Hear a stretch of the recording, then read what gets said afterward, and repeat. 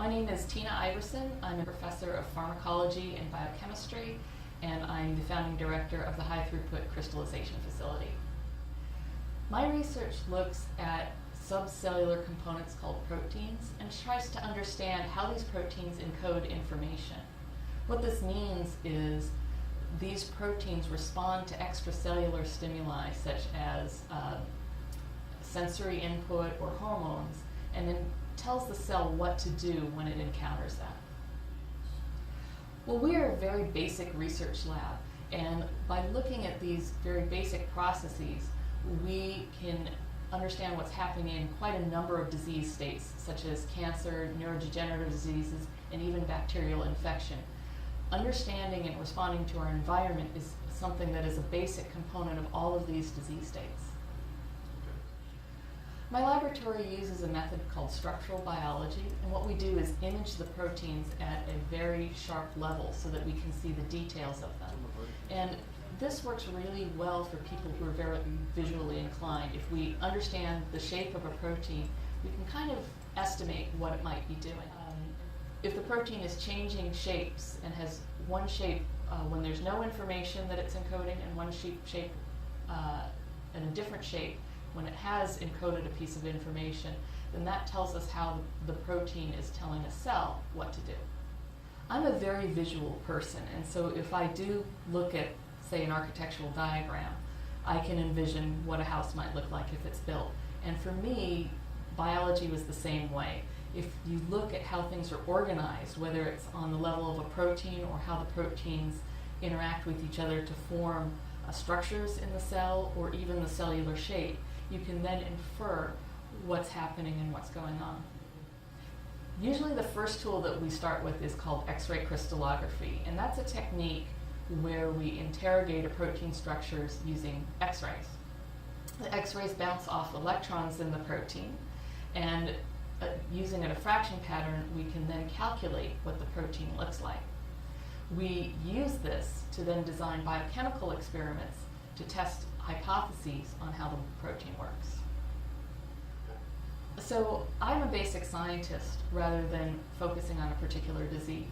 And the reason that I do this is because when we look at the fundamental mechanisms of how a cell works rather than looking at the mechanisms of one particular disease, we can identify things that are general in biology and are broad principles that unite how everything works. And we can then take this and apply this to a number of disease states. For example, my research uses several types of disease state when we test our hypotheses for how proteins are encoding information and signaling. One of the disease states we use is a deadly heart infection called infective endocarditis. We also have disease states that we look at that are more related to cancer and neurodegeneration. One recent success story that we're very proud of is yet to be published, and is the story of how a protein called a G protein coupled receptor triggers signaling and decides whether that signaling should promote cell growth and proliferation and cell division, or whether it should promote cell death. And these are really different cell fates.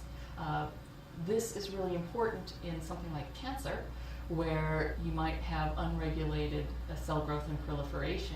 If we can understand how a protein chooses one way or the other, we can understand what's going on. What we identified is that the proteins that signal toward proliferation or pro-death are in fact the same protein, but they adopt different shapes when they're choosing one pathway or the other. And this tells us that if we were able to design a molecule that stabilized a protein that was making this decision in a shape where it was promoting one cell outcome or another, we could control that. This would be important in cancer, where you might want to have a small molecule that pushed the cell fate towards cell death in the cancer cells that are overactive in cell growth and proliferation. One of the other success stories that we're very excited about are things that speak to the development of antibiotics. For example, we use a model disease called infective endocarditis, which is a very deadly infection of the heart valves as a model system. And in our research, we try and understand how the bacteria know that it should bind to platelets in order to cause this disease, and what information it has during the disease process and progression. What we've identified is that there's a series of molecules that are binding to the platelets that may be a drug target, and we're hoping in the very near future to start a drug discovery effort in order to develop therapeutics that may be able to augment the efficacy of current antibiotics, because this particular infection is very difficult to treat with antibiotics.